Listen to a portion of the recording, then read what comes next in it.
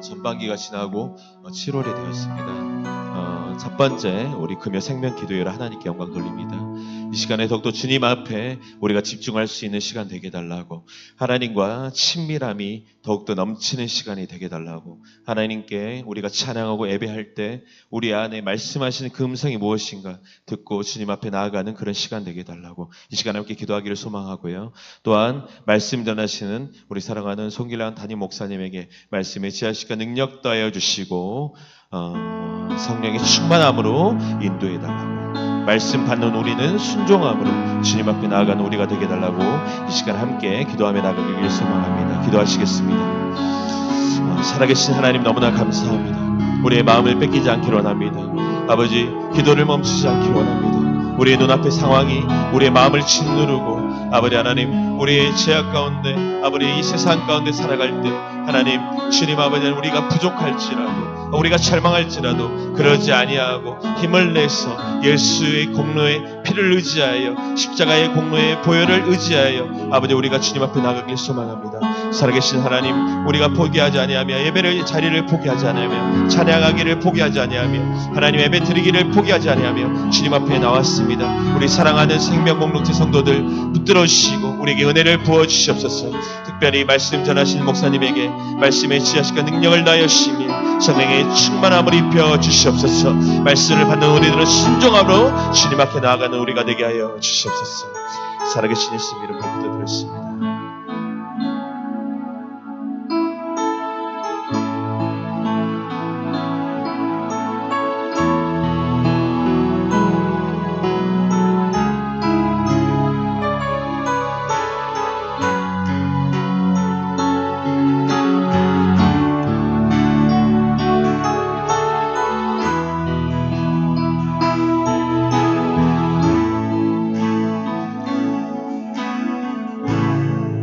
기도를 멈추지 마라. 눈앞의 상황이 마음을 눌러도 원망치 마라. 너의 입을 지켜라. 저들은 너의 입을 보고 있다. 마음을 뺏기지 마라. 내가 널 도우지 않는단 소리에 너의 모든 게 불리해도 너는 기도를 계속해라. 너 기도를 멈추지 마라. 내가 너의 그 모든 상황을 바로 역전시키리니 너 기도를 멈추지 마라. 내가 잠시도 쉬지 않고 모든 걸 지켜보고 있으니 바로 역전되리라. 기도를 멈추지 마라. 기도를 멈추지 마라. 눈앞의 상황이 마음을 눌러도 원망치 마라. 너의 입을 지켜라. 저들은 너의 입을 보고 있다. 마음을 뺏기지 마라. 마음을 뺏기지 마라. 내가 널 도우지 않는단 소리에 너의 모든 게 불리해도 너는 기도를 계속해라. 너 기도를 멈추 멈추지 마라. 내가 너의 그 모든 상황을 바로 역전시키리니 너 기도를 멈추지 마라. 내가 잠시도 쉬지 않고 모든 것 지켜보고 있으니 너 기도를 멈추지 마라. 내가 너의 그 모든 상황을 바로 역전시키리니 너 기도를 멈추지 마라. 내가 잠시도 쉬지 않고 모든 걸 지켜보고 있으니 바로 역전되리라. 너 기도를 멈추지 마라. 내가 너의 그 모든 상황을 바로 역전시키리니 너 기도를 멈추지 마라. 내가 잠시도 쉬지 않고 모든 걸 지켜보고 있으니 바로 역전되리라. 할렐루야. 우리 박수면서 예수보다 더 좋은 친구 없네 찬양하겠습니다.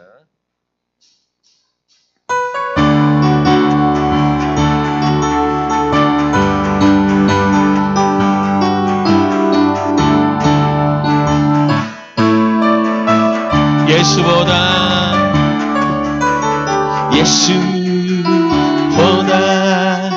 더 좋은 친구 없네. 예수보다 더 좋은 친구 없네. 다시 한번 예수보다 더 좋은 친구 없네. 예수보다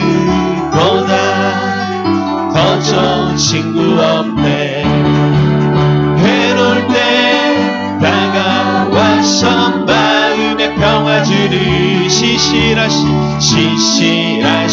나의 참 친구.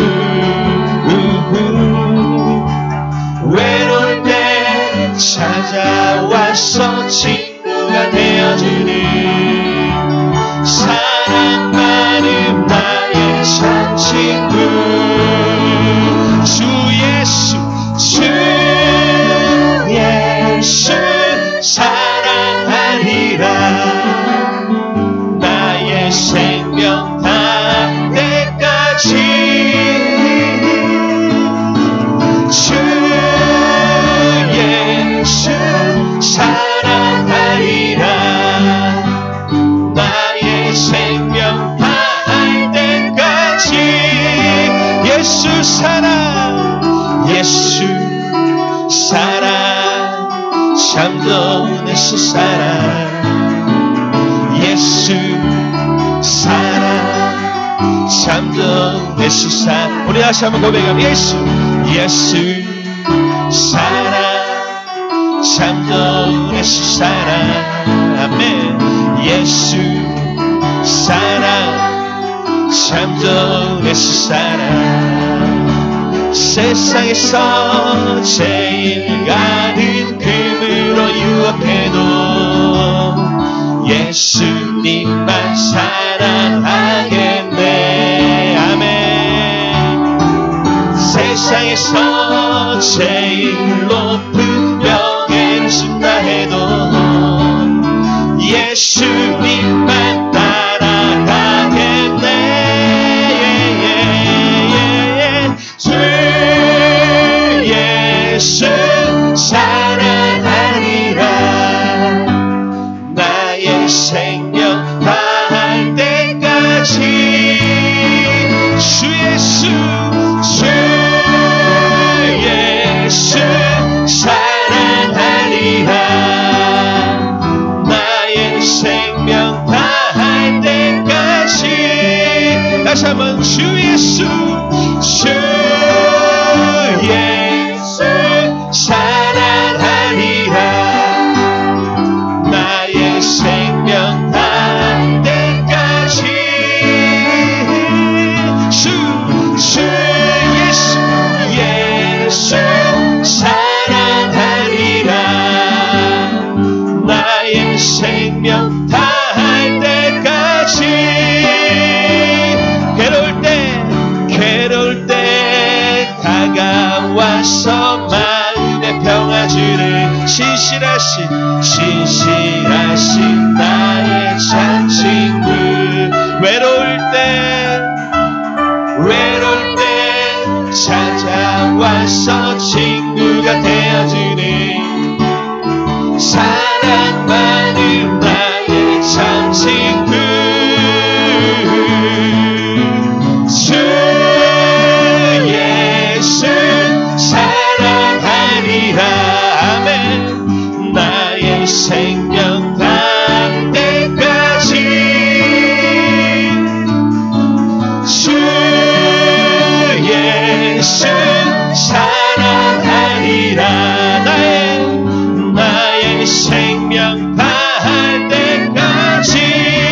다시 한번 주 예수 사랑하리라. 주 예수 사랑하리라.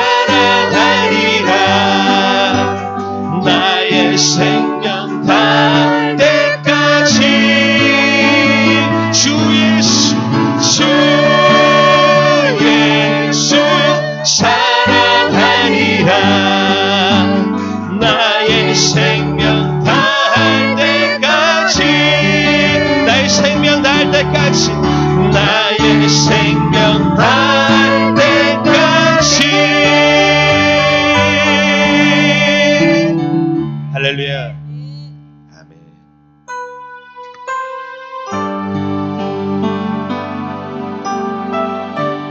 정귀한 주보혈이 우리의 영을 새롭게 하시며 보혈을 지나 주님의 품, 아버지의 품으로 나가길 소망합니다. 할렐루야.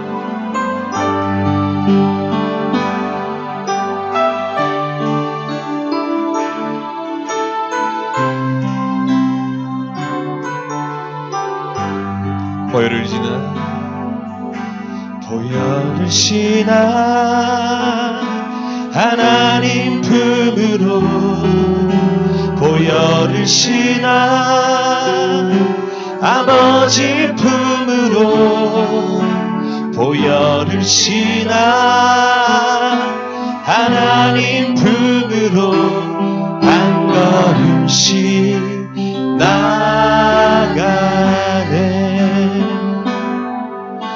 보혈을 지나 하나님 품으로.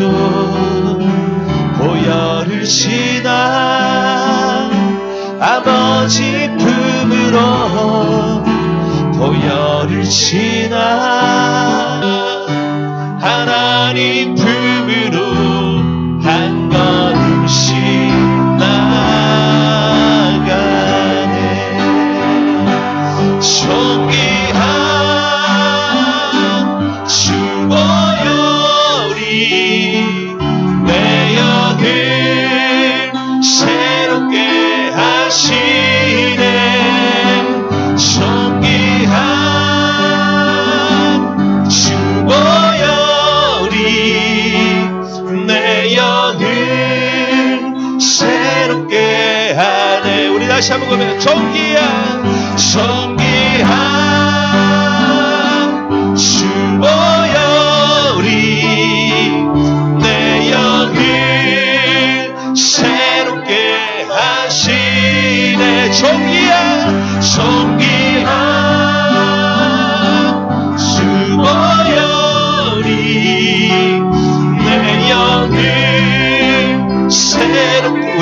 한번 고백합니다. 보혈을 지나 보혈을 지나 하나님 품으로 보혈을 지나 아버지 품으로 보혈을 지나 하나님 품으로 한 걸음씩 나가네. 보혈을 지나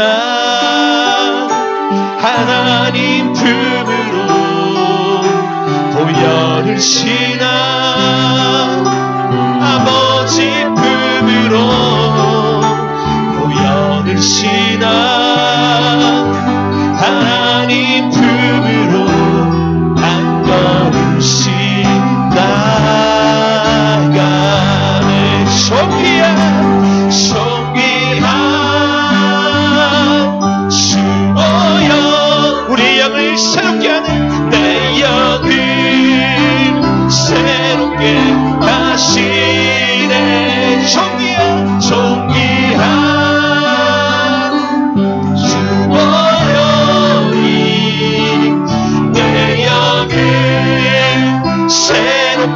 우리 다시 한번 고백할 믿음으로 존귀한 존귀한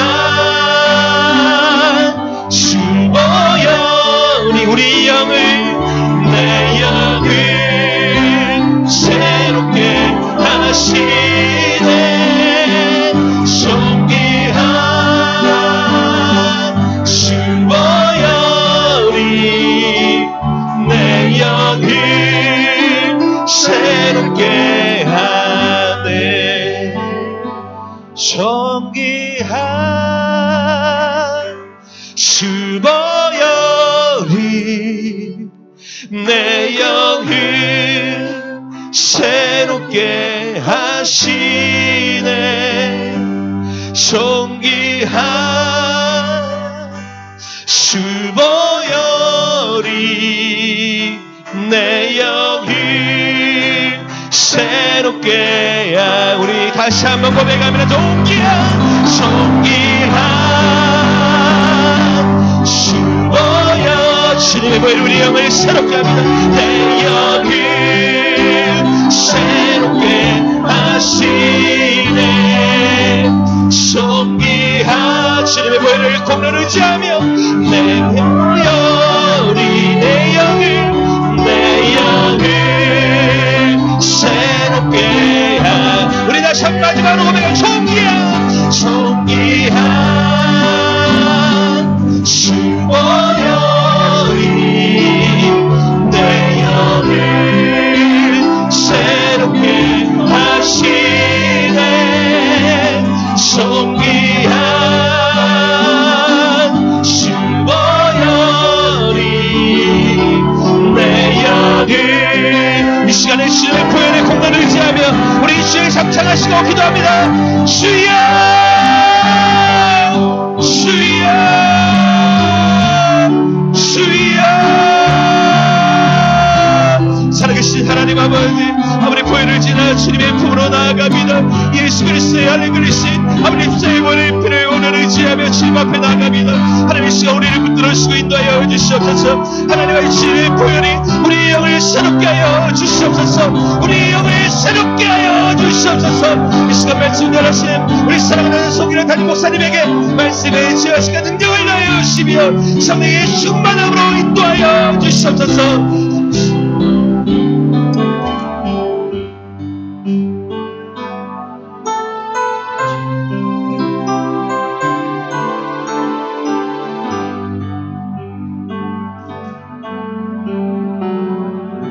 살아계신 아버지, 우리 모두를 금요일 밤도 불러주시니 감사합니다. 하나님 예배하는 모든 백성들 하나님 만나게 하여 주시고 하나님의 은혜와 하나님의 놀라운 성령의 능력 충만히 체험하는 귀한 밤 될 수 있도록 하나님 역사하여 주옵소서. 주님의 보혈로 우리의 영을 새롭게 하여 주시옵소서. 믿음을 새롭게 하여 주옵소서. 성령의 능력을 임하여 주시옵고 모든 우상들을 다 깨뜨려 주시고 정결한 마음으로 주 앞에 간절한 마음으로 기도하고 부르짖는 이 밤 될 수 있도록 주여 축복하여 주시옵소서. 감사합니다. 살아계신 예수님의 이름으로 기도합니다. 아멘. 하나님의 말씀 사무엘상 5장입니다.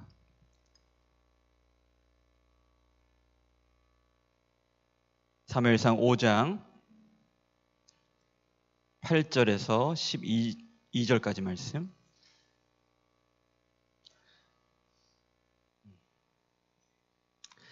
사무엘상 5장 8절에서 12절까지 말씀, 저와 한 절씩 교독하여 읽고 마지막 절 같이 읽겠습니다.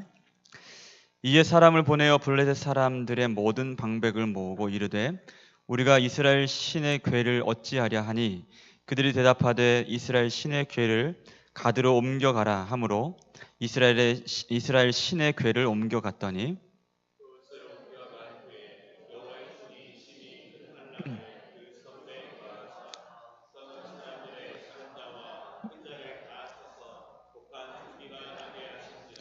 이에 그들이 하나님의 궤를 에그론으로 보내니라. 하나님의 궤가 에그론에 이른즉 에그론 사람이 부르짖어 이르되 그들이 이스라엘 신의 궤를 우리에게로 가져다가 우리와 우리 백성을 죽이려 한다 하고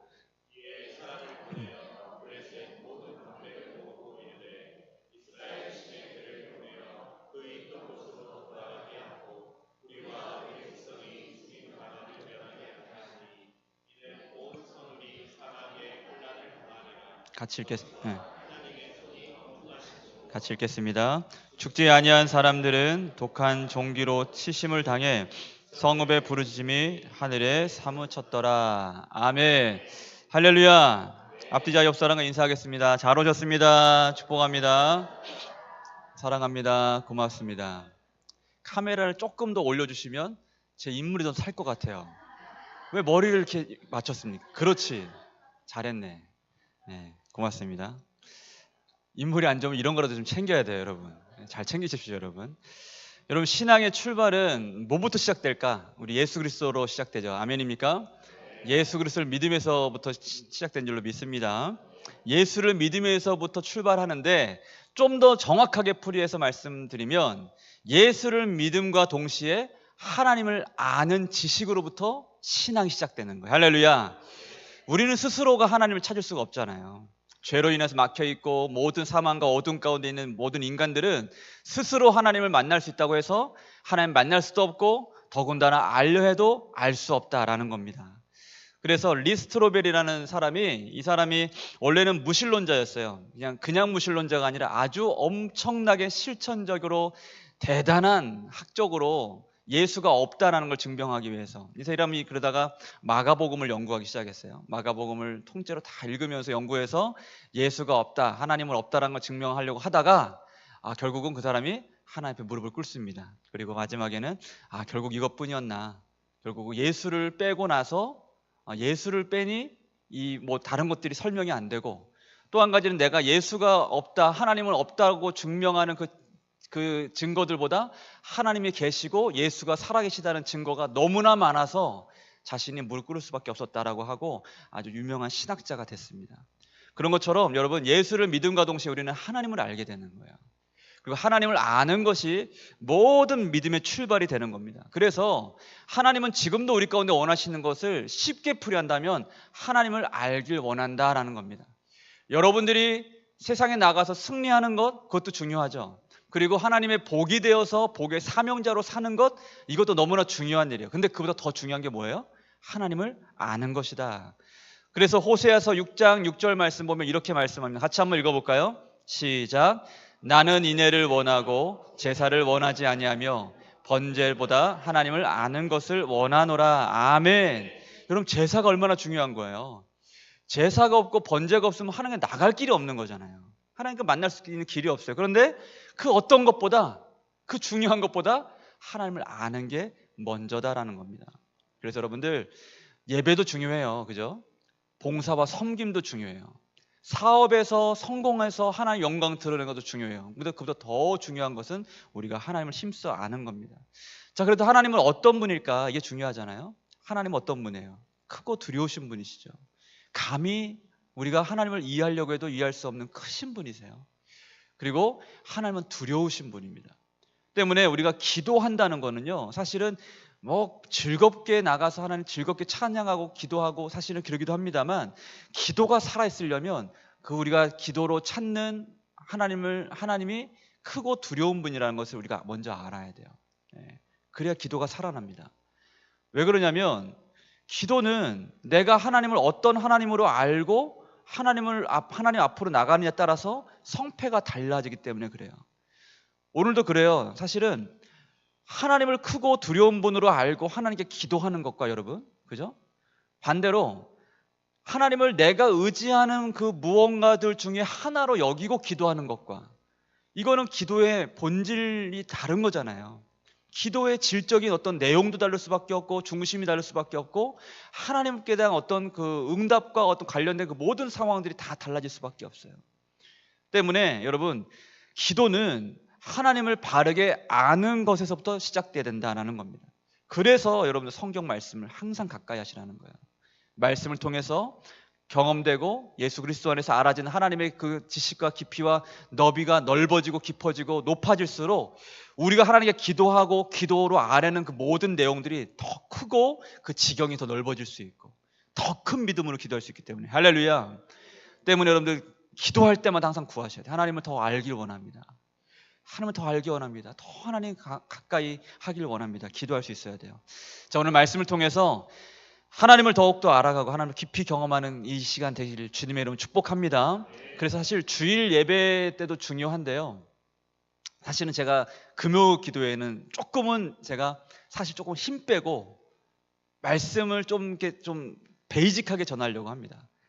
주일날은 예수를 아직 모르신 분들도 요즘 간혹 오시고 하다 보니까 주일 설교는 저도 모르게 되게 엄청 어렵게 준비하게 돼요.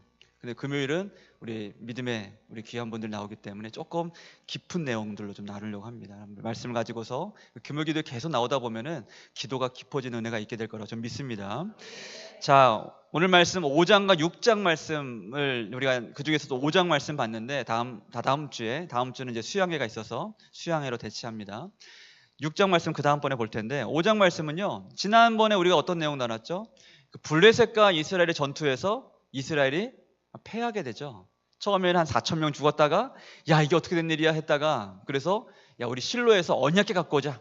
언약궤 갖고 오면 끝나잖아, 그렇지? 그래서 갖고 왔어요. 갖고 왔는데 무려 4만 명, 3만 명 이렇게 죽고, 그리고 엘리의 두 제사장도 죽었더라. 그리고 언약궤도 뺏겼다라는 내용으로 지난주 말씀이 끝났어요. 그리고 나서 오늘 말씀인데, 이 언약궤를 빼앗아 왔잖아요. 이제 블레셋 진영에서 일어난 일을 다루고 있는 거예요. 이 블레셋이 이 언약궤를 가지고 와서 어디다 두냐면 처음에 아스돗이라는 곳에다가 둡니다. 근데 아스돗에 뭐가 있었냐면 이방 신전이 있었어요. 이방 신전이 있었는데 그 신전 안에 또 뭐가 있었냐면 다곤이라는 신을 섬기는 또 신전이 있었습니다. 근데 이 언약궤를 어디다 뒀냐면 그 다곤 신 바로 옆에다 뒀어요. 희한하죠? 왜 그랬을까? 오늘 말씀 2절 말씀 같이 한번 볼까요? 2절입니다. 같이요, 시작. 블레셋 사람들이 하나님의 궤를 가지고 다곤 곁에 두었더니, 아멘. 왜 그렇게 했을까? 이 상황을 요 한 줄 말씀을 좀 그 당시 언어로 좀 풀이한다면, 그때는 고대 근동 시대잖아요, 그죠? 아주 많은 우상들이 있었고, 또 옛날 뭐 그 동굴 벽화 이런 것만 봐도 희한한 막 그 상형 문자들이 막 있잖아요. 정말 많은 신들을 섬길 때예요. 그럴 때이기 때문에 그들의 그 고대 근동의 언어로 설명하자면 이런 거예요. 다곤의 우리 그 블레셋의 다곤의 신이 이스라엘의 야훼보다 강하다라는 것을 뭔가 과시하기 위해서 자신들 신 옆에다 딱 둔 거예요. 그러니까 이 신은 데려올 때부터, 이 언약궤 가져올 때부터 우리가 싸움에서 이겼기 때문에 이 신은 죽은 신인 거예요. 죽은 신이니까 죽은 신을 전리품으로 자기 신 옆에다 딱 둔 겁니다. 그런 식으로 둔 거예요. 다곤은요, 어떤 신이냐면 이 가나안 신들 중에서도 가나안 신들 중에 주신은 뭐예요? 여러분 잘 아시는 거 두 글자 아시는 분은 제가 다음에 한번 스크르바를 하나 예? 예? 바알신이죠, 그렇죠? 누가 대답하셨어요? 모르겠네요. 예, 물건어 같습니다. 바알신이었어요. 근데 바알신이 이 다곤신의 아들격입니다. 예. 그러니까 이 가나안 신의 주신격인 바알보다도 아버지격의 신이니까 그 신들 중에서도 가장 오래된 토착신이었던 거예요. 이 다곤신. 그러니까 이스라엘에게는 그 블레셋에게는 가장 크고 위대한 신, 마치 그리스 신화에 나오는 제우스와 같은 어떤 그런 신이 다곤 신이었습니다. 그런데 거기다 딱 뒀는데 그 다음날 아침 일찍이 이 사람들이, 이 블레셋 사람들이 참으로 상당히 종교적 열심이 강했던 것 같아요. 정말 아침 일찍이 일어나서 신당을 먼저 찾는데 난리가 나 있는 거예요. 우리 3절 같이 한번 다시 봅시다. 3절 같이요. 시작. 아스돗 사람들이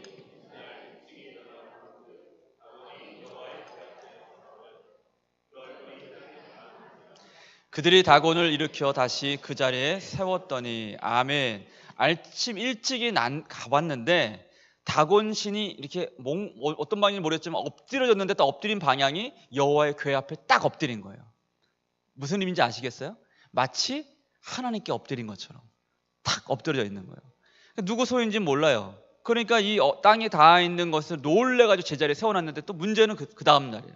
그 다음 날 또 아침에 일찍 자신들이 마치 새벽 분향하듯이 신당을 딱 찾았는데 이번에는 더 난리가 나 있는 거예요. 4절 말씀 같이 볼까요? 4절입니다.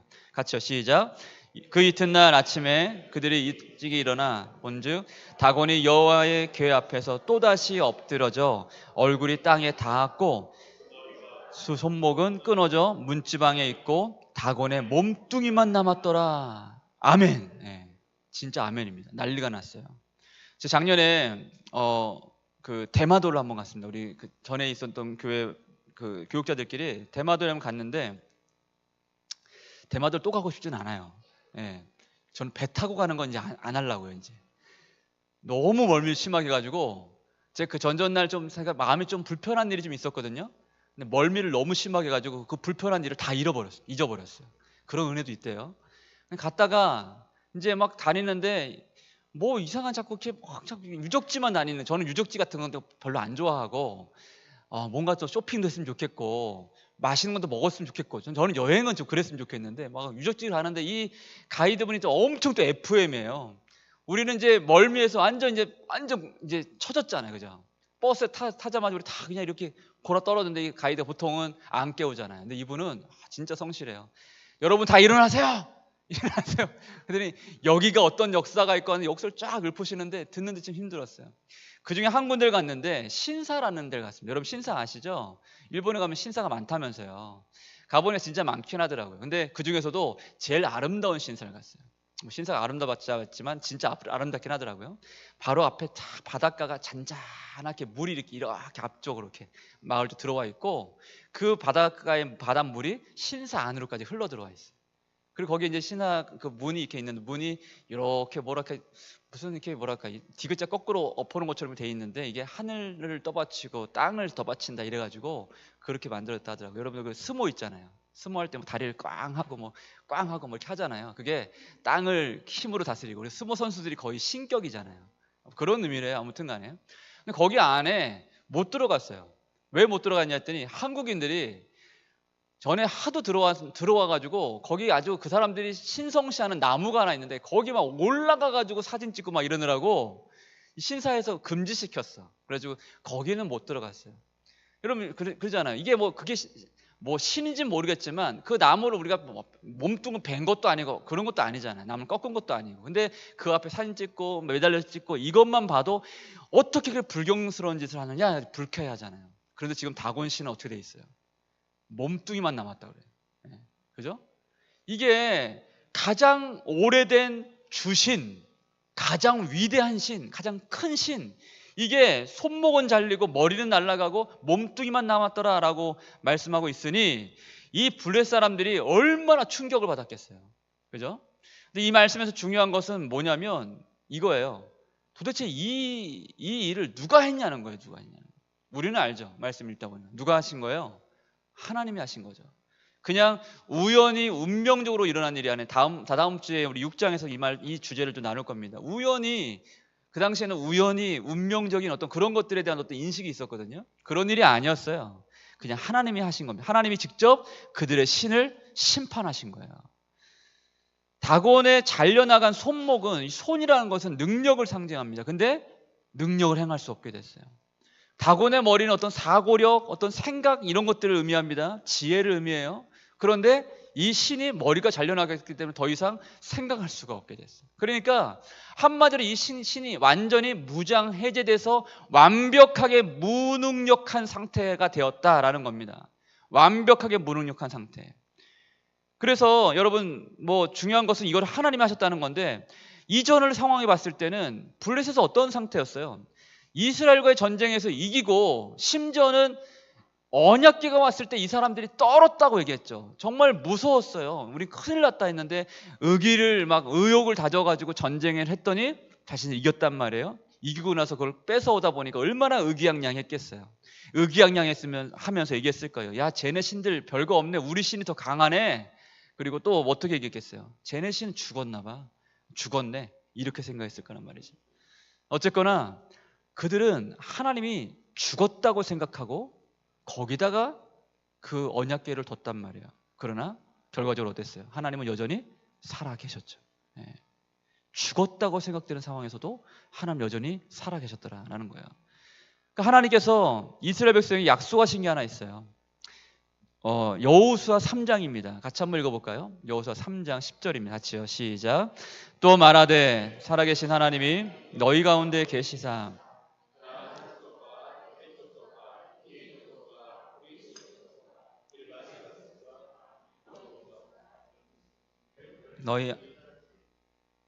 너희 앞에 반드시 쫓아내신 줄을 이것으로서 너희가 알리라. 아멘. 만약에 그들이 이제 이 가나안 땅에 들어갈 때, 사실은 아브라함 때에 이미 가나안에 가서 이제 그들이 그 땅을 얻을 것이라고 하나님이 약속을 주셨어요. 근데 400여 년의 시간 동안에 애굽을 거쳐서 이제 그 땅에 들어가서 이 가나안 5 족속을 이들이 상대해야만 했습니다. 근데 하나님 말씀하세요. 너희가 너희 앞에서 그들을 반드시 쫓아내게 될 것이다 라고 말씀하시는데, 어떻게 쫓아내신다고 말씀해요? 앞에 있는 내용 보면은 또 말하되 살아계신 하나님이 너희 가운데 계시사라고 말씀하시죠. 그러니까 이들이 이 전쟁에서 이기고 이 땅을 취할 수 있는 유일한 방법은 뭐라는 거예요? 그들이 능력을 키우는 게 아니라 오직 살아계신 하나님이 함께 할 때라는 거죠. 근데 하나님이 이 약속을 지금 지키고 계신 거죠. 하나님이 여전히 살아계셔서 지금 함께하고 그들을 심판자로 지금 계시는 겁니다. 그러니까 이걸 기억하셔야 돼요, 여러분. 이스라엘의 패배는요, 죄로 인한 패배였어요. 그들의 죄 때문에 인한 패배였어요. 그러니까 무슨 말이냐면 이스라엘의 패배지 이게 곧 하나님의 패배가 아니라는 거죠. 마찬가지로 우리 인생에서도 여러분들 여러 가지 상황과 사건 가운데 우리가 어려움을 겪을 수 있잖아요. 우리가 실패할 수는 있어요. 그런데 우리가 실패하고 넘어질 수는 있으나 이것이 이 실패가 하나님의 실패를 뜻하는 건 아니라는 거예요. 왜요? 하나님 여전히 살아계시기 때문에. 여전히 살아계시고 하나님의 약속은 여전히 우리와 함께하기 때문에 그러는 거예요. 중요한 건 뭐예요? 여러분, 우리가 기도할 때 어떤 하나님께 기도하라는 거예요? 살아계신 하나님께 기도하라는 겁니다. 하나님은 패하시는 법이 없는 살아계신 하나님이에요. 우리가 기도할 때 하나님이 보이지 않는다고, 그의 음성이 들리지 않는다고 해서 하나님이 계시지 않는다고 생각하는 사람은 없어요. 여기 있는 분들 중에서만큼은. 그런 분은 없어요. 왜냐하면 우리는 지금도 경험하고 있거든요. 하나님이 여전히 우리와 함께 하시고 말씀으로 우리의 삶 속에서 성령으로 하나님의 능력으로 지금도 살아 역사하신다는 것을 지금도 경험해요. 때로 힘든 순간이 있죠. 마음이 낙심될 때가 있어요. 아까 찬양한 것처럼 기도를 쉬게 되고 기도를 쉬게 되는 어떤 그런 어려운 환경들을 만날 때도 있어요. 근데 그래도 불구하고 우리 그때만 어떻게 됐나요? 하나님이 우리를 일으켜 세워주시죠. 다시 이렇게 세워주시고 하나님의 사랑하심으로 우리 심령을 가득 채워주시고 주의 사랑의 능력으로 우리에게 힘을 더하시잖아요. 그래서 원망과 불평하는 입술을 다시 찬송과 감사의 말로 바꿔주시잖아요. 할렐루야. 기적은 이런 게 기적인 거예요. 오늘도 살아계셔서 말씀을 읽고 기도하는 가운데 내 마음 가운데 뭔가 응어리진 것들이 풀리고 뭔가 마음에 묶인 것들이 자유케 되어지고 마음의 걱정과 근심됐던 것들이 평안함으로 바뀌는 순간이 바로 기적의 순간인 거죠. 왜? 그 시간이 바로 살아계신 하나님을 경험하는 순간이기 때문에. 여러분, 블레셋 신전에 임한 그 하나님의 심판은 거기서 끝나지 않습니다. 우리 먼저 첫 번째로 우리 정리하고 갑시다. 우리가 기도할 때 어떤 하나님께 기도해야 될까요? 살아계신 하나님께 기도하시길 바랍니다. 자, 블레셋 신전에 임한 이 하나님의 심판은 거기에서만 일어나는 걸로 끝나지 않아요. 이 언약궤가 있었던 신전 밖으로 이제 이 하나님의 재앙이 이제 퍼져갑니다. 블레셋 모든 지역에 이 재앙이 이르게 되는데 오늘 말씀 6절과 7절 말씀에 나옵니다. 같이 한번 읽겠습니다. 같이요. 시작. 손이 아스돗 사람에게 엄중히 더하사 독한 종기의 재앙으로 아스돗과 그 지역을 쳐서 망하게 하니 아스돗 사람들이 이를 보고 이르되 이스라엘 신의 궤를 우리와 함께 있지 못하게 할지라 그의 손이 우리와 우리 신 다곤을 친다 하고. 아멘. 제 설교할 때 좀 말씀 많이 읽게 됩니다. 그래서 말씀으로 참 잘 기억하셨으면 좋겠어요. 자, 이들에게 독종이란 병이 발병하게 됩니다. 이 독종, 이 남녀노소를 가리지 않았다라고 얘기를 해요. 살아있는 사람에게 다 임했다고 얘기를 합니다. 이 독종이란 병은 뭐냐면 이 전염병인데 기록을 찾아보니까 뭐 살이 아주 바짝 말라버리고 그리고 또 극심하게 가려움 증세를 동반하는 피부병인데 이게 옮아요. 이 전염이 되는 병이에요. 그래서 독종으로 번역된 이 단어가 쇠흰이라는 단어를 쓰는데 이 쇠흰이라는 단어가 어떤 의미냐면 뜨겁다, 끓는다라는 의미가 있어요.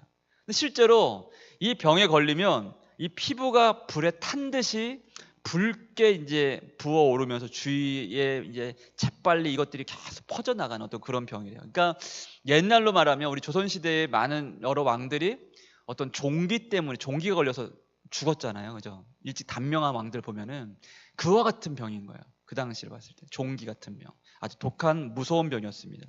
아마도 학자들이 생각할 때는 욥이 막 그때 욥이 하나님 앞에서 이렇게 막 그 어떤 그 고난을 당할 때 어떤 기왓장으로 자기 몸을 퍽퍽 긁었다고 얘기하잖아요. 아마 이런 병이 걸리지 않았을까라고 측측을 합니다. 여튼간에 이 일로 인해서 블레셋 사람들은 정말 난리가 납니다. 그래서 모든 방백들이 대책회의를 해요. 마치 우리나라에 저기 어디선가 시작된 이 코로나라는 게 뭔지도 모르고 왔다가 이게 뭐야 했다가 우리나라 와가지고 뭐 어떻게 되고 뭐 몇 명 뭐 발병됐다 하든 이게 뭐 이제 전체가 다 걸려야 끝나는 이 병처럼 이 상황이 이렇게 돼버린 거잖아요. 대책회의를 해요. 뭐 보건복지를 불렀든 어떤 뭐 질병관리부문을 불렀든 막 불렀나 봐요. 불러 회의를 하는데 어떤 결론을 내리냐면 이 언약궤가 문제인 것 같다. 그래서 언약궤를 옮기자라고 해서 가드란 곳으로 옮깁니다. 가드로 옮겨요. 그런데 그곳에서도 독종이 창궐해요. 또 그래서 이번에는 에고론이라는 것을 옮겨요. 근데 거기서도 역시 수많은 사람들이 고통에 울부짖습니다. 거의 사망의 고통이었다고 얘기를 해요.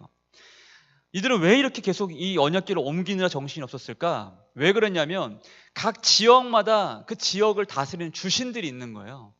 그러니까 이 언약궤를 저쪽으로 보내자. 이제 이들이 알았어요. 이 언약궤에 함께하는 신이 그 당시에 신에게는 그 어떤 이 우상에는 신이 깃들어 있다 생각했거든요. 다곤 신은 이제 끝난 거예요. 왜냐하면 머리가 잘렸고 신이 다 빠져나갔어. 근데 이 언약궤는 신이 있다고 믿는 거죠. 그러니까 이 신이 있는 언약궤를 저 지역으로 보내서 저 지역 신과 좀 싸우게 만들자 해가지고 싸웠는데 여기도 난리가 났네. 안 되네. 또 절로 보냈어요. 근데 여기 했는데 또 여기도 안 되네. 이런 걸 경험하게 된 거예요. 여러분, 한마디로 어떤 신이든지 간에 이 야훼라는 신을 눌러주길 바랬는데 무의미했던 거예요. 어느 곳으로 보내든 하나님의 능력을 막을 수 있는 신이 그곳엔 없었죠. 사실 신 자체가 없었죠. 여러분, 하나님은 어떤 분이세요? 그 어떤 것과도 비교가 될 수 없는 분인 줄로 믿습니다. 비교될 수 없는 분이에요. 그래서 우리 하나님 어떻게 불러요? 우리 하나님은 유일하신 하나님이시다라고 불러요. 유일하신 하나님, 유일하신 하나님, 자존자 되신 하나님. 그래서 우리 하나님을 만왕의 왕이라고 부르죠. 할렐루야. 우리 예수 그리스도를 만왕의 왕이라고 부릅니다. 만왕의 왕. 그럼에도 불구하고 우리가 자주 실수하는 것이 하나 있는데 뭐냐면 만왕의 왕 되시고 모든 것 중에 모든 것 되시고 어떤 것도 비교될 수 없는 살아계신 하나님을 자꾸 우리가 무언가로 비교하기 시작하면서 하나님과 견줄 것들을 만들고 하나님을 하나님으로 인정하지 않는 실수들을 우리 삶 가운데 너무나 많이 저지른다는 거죠. 여러분, 지난번에 우리가 말씀 나눴어요. 하나님께서 어떤 분이라고 얘기해요? 나를 존중히 여기는 자를 내가 존중히 여기고 나를 멸시하는 자를 내가 멸시하리라 라고 말씀드렸어요. 할렐루야. 하나님은 존중히 여기는 분, 존중히 여기는 사람은 존중히 여긴다고 말씀해요. 존중이라는 단어가 뭐예요? 카바드라는 단어라고 말씀드렸죠. 카바드라는 건 무겁게 하다. 그러니까 하나님을 항상 무겁게 생각하는 사람을 하나님께서도 무겁게 생각하겠다라는 말씀이라고 지난주에 설명드렸습니다. 그런데 이스라엘은 어땠어요? 이스라엘은 하나님을 가볍게 생각했죠. 그들의 모든 실패의 원인은 여기에 있었어요. 하나님을 가볍게 생각한 것. 여러분, 아무리 작은 일도 하나님을 가볍게 생각하면 실패하지만 아무리 큰 일을 잃지라도 하나님 우리가 무겁게 생각하고 의지하면 역사를 경험할 수 있다는 겁니다. 여러분, 이것이 진리예요. 지금도 마찬가지예요. 우리 마음 가운데 오늘 회개한다면 어떤 걸 회개될까요? 이 한 줄 살면서도 우리 마음에 하나님보다 더 무겁게 생각하는 것들을 회개해야겠죠. 하나님을 존중히 여기지 않고 하나님을 무겁게 생각하지 않는 그 모든 잘못된 중심을 회개해야겠죠. 회개는 거기서부터 출발되는 거예요. 어떤 거요? 하나님을 나의 하나님으로, 유일하신 하나님으로 인정하는 것. 하나님을 인정하는 것. 그런데 이 카바드라는 단어가 공교롭게도 오늘 말씀에도 등장을 해요. 카바드라는 단어가. 우리 11절 같이 보겠습니다. 11절 같이요. 시작. 이에 사람을 보내어 블레셋 모든 방백을 모으고 있던 곳으로 돌아가게 하고 우리와 우리 백성이 죽임을 당함을 면하게 하자 하니 이는 온 성읍이 사막의 환난을 당함이라. 거기서 하나님의 손이 엄중하심으로. 아멘. 오늘 말씀 군데군데 하나님의 손이라는 단어가 자꾸 나옵니다. 근데 하나님의 손이 어떻게 했대요? 엄중하심으로. 이게 대충은 뉘앙스는 이해가 되는데 정확하게는 이해가 안 되잖아요. 이 하나님의 손이 엄중하심으로 할 때 엄중하다라고 번역된 이 히브리 단어가 그 존중히 여긴다는 단어와 똑같은 단어예요. 카바드, 무겁게 하다는 겁니다. 직역하면 이런 거예요. 블레셋 사람들이 하나님을 가볍게 대하자 하나님을 그들을 무겁게 하셨다는 겁니다. 이해가 되시나요? 이 말씀은 이 엄중하다는 이 무겁게 한다는 것은 그들에게 짐을 지우고 고통을 더하는데 고통을 아주 무겁게 짓누르는 것을 의미하는 거예요. 마치 진액을 짜듯이 칡작기로 막 뭔가를 꽉 짜내듯이 그들의 고통을 더 무겁게 했다는 겁니다. 왜 그렇게 했다고요? 하나님을 그들이 가볍게 생각하니까 하나님이 그들을 무겁게 하셨다라고 얘기하는 거죠. 그런 내용으로 설명하고 있는 겁니다. 그러니까 결국 이스라엘이나 블레셋이나 형벌받는 이유가 똑같았던 거예요. 뭐예요? 하나님을 가볍게 생각한 것. 그것이었어요. 여러분, 우리가 오해하는 것이 하나 있습니다. 이스라엘은 선한 민족, 블레셋은 악한 민족. 이 등식이 사실은 우리가 잘못 오해하고 있는 것 중에 하나예요. 우리는 선한, 예수 믿는 우리는 선한 대상, 세상은 악한 대상. 이것도 사실은 엄밀히 따지면 잘못 오해하고 있는 거예요. 좀 더 정확하게 풀면 뭐냐면 선하다, 악하다는 뭘로 증명되느냐? 하나님을 존중히 여기느냐에 따라 달라있다는 거예요. 아무리 믿는 사람일지라도 하나님을 존중히 여기지 않는 사람은 악한 겁니다. 블레셋이나 똑같은 거예요. 똑같은 거예요. 하나님은 이들에게 2번, 3번 기회를 주셨어요. 블레셋에게도. 하나님은 이방 모든 민족들이, 여러분 오해하고 있는 게 뭐냐면 성경 말씀에 있는 모든 이방 민족들이 다 하나님은 심판의 대상이라 생각해 우리는. 그게 아닙니다, 여러분. 하나님은 그들에게도 구원이 임하길 원하셨어요. 그런데 하나님을 그들이 철저하게 대적했죠. 때문에 가나안에 들어간 이스라엘을 통해서 그들을 심판하신 거예요. 이스라엘이 선민이고 이스라엘에게 복 주시기 위해서 그 땅에 집어넣으신 게 아니라 사실은 아브라함 때 하나님이 약속하실 때, 횃불 언약으로 약속하실 때 하나님 뭐라 말씀하시냐면 너희가 그 땅에 이제 들어가게 될 텐데 나중에 그 땅에 죄가 아직 다 차지 않았다라고 말씀해요. 무슨 말이냐면 나중에 그 땅을 심판할 것이라고 얘기합니다. 그러니까 이스라엘은 심판의 도구로 하나님께 쓰임받았던 것 뿐인 거예요. 그들이 더 선하고 이들보다 더 나아서가 아니라. 이해가 되시나요? 기준이 뭐라고요? 하나님을 존중하지 않으면 악하다라는 거죠. 하나님 무겁게 짓누르는 형벌을 경험할 수 없다는 겁니다. 사랑하는 성도 여러분, 하나님 어떤 분이라고 말씀드렸어요? 비교가 될 수 없는, 비교 대상이 없는 만왕의 왕, 만주의 주가 되십니다. 그 무엇도 비교가 될 수 없어요. 그러나 우리는 자주 하나님을 다른 것과 비교하면서 나에게 유익되는 선택을 자꾸 합니다. 여러분, 우리가 마음속에서부터 하나님과 다른 것을 자꾸 저울질하면요, 절대 제대로 된 기도를 할 수가 없습니다. 이해가 되시나요? 내가 하나님께 기도하러 나오는 마음 가운데 하나님이 아니라 내가 갖고 있는 다른 것이 있는데 하나님을 찾는다? 이건 하나님께 온전한 마음으로 나간 것이 아니죠. 지난주에 말씀드렸죠. 이스라엘이 그들과 전쟁할 때 언약궤를 자신들의 승리를 위한 도구로만 사용하잖아요. 하나님을 자신들의 유익을 위한 도구로 사용하다가 그들이 실패합니다. 그와 똑같은 거예요. 기도할 때는 어떤 마음을 해야 된다는 거예요? 하나님이 만왕의 왕 되시고 하나님만이 유일한 참 하나님 되심을 믿고 예수 그리스도만이 우리의 영원한 구원자가 되시는 사실을 확신함으로 주만 바라보는 전심의 마음으로 하나님께 기도할 때에 그 기도가 능력 있는 기도가 될 수 있다는 겁니다. 여러분, 우리가 회개하고 기도하는 이유는 바로 그것이에요. 승리의 비결은 그래서 회개에 있는 거예요. 회개가 없는 승리는 있을 수가 없어요. 왜요? 복받고 승리를 경험할 수 있는 우리 중심이 전혀 아닌 걸 때문에 날마다 회개의 삶을 사셔야 돼요. 회개의 삶을 살 때 승리를 경험할 수 있는 겁니다. 회개의 삶을 따는 것이 아니야. 나 중심적으로 살고 하나님을 다른 비교 대상과 견주어서 하나님만을 하나님으로 섬기지 않는 우리의 불신앙을 십자가에 못 박는 사건입니다. 그게 매일의 회개의 삶인 거예요. 십자가에 나를 날마다 죽이고 회개를 통해서 십자가에 내가 매달려서 나는 죽고 예수로 살아갈 때에 하나님의 놀라운 영광을 경험하게 된다는 거죠. 감사하게도 여러분, 하나님의 영광, 여러분 오늘 말씀에 그 카바드라는 단어를 말씀드렸죠. 이 라임을 잘 기억하세요. 존중 여기다, 또 하나님 엄중하셨다. 이 카바드. 근데 이 카바드라는 단어가 또 어떤 의미가 있냐면 하나님의 영광이라는 의미가 있어요. 이걸 딱 직역하면 무슨 말이냐면 하나님이 이스라엘을 대신해서 하나님의 영광으로 그들을 완전히 초토화시켜 버리신 거죠. 하나님의 영광을 스스로 나타내신 사건이라는 거죠. 여러분, 하나님은 어떤 걸 원하세요? 우리를 통해서 영광 받으시길 원하시죠. 어떨 때 하나님 영광 받으시나요?